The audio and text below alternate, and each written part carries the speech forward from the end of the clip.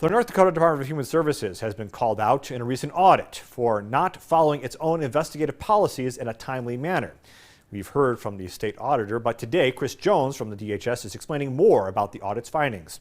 KX News' Christina Randall is in the studio to tell us more. Christina? Good evening, Nicholas. I talked with Executive Director Chris Jones about the recent audit, and he explains how the department is working towards resolving the issues. Executive Director Chris Jones says for the most part he agrees with the recommendations presented in the audit. And really work collaboratively as the audit was being done as it relates to what those findings are.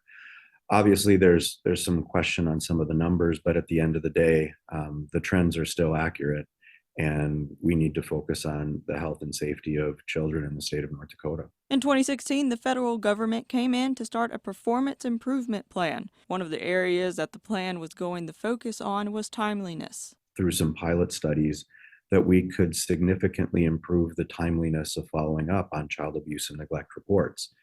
And through that pilot, we had fully anticipated to continue moving that forward.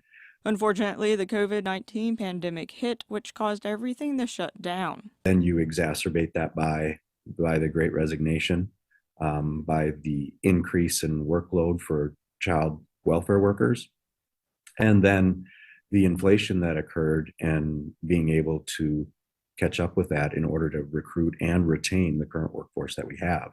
Jones agrees that the department needs to be more timely when it comes to following up on cases. I think the most important thing for us to work through is we need to be more timely as it relates to following up and make sure the resources are there. But the trend is continuing to go up. Jones says he has been talking with lawmakers to help raise awareness for the growing trend of child abuse cases. We've been in constant conversations with legislators as it relates to how do we make the right investments at the right time. So feel pretty confident that there will be a pretty comprehensive package that the governor will present to the legislature. The audit was conducted during the COVID-19 pandemic. Jones says the department was already implementing solutions.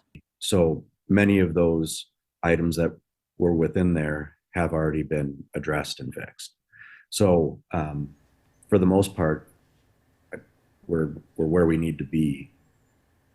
Jones says he appreciates the work the auditor's office has done to help raise awareness to protect children in abusive situations.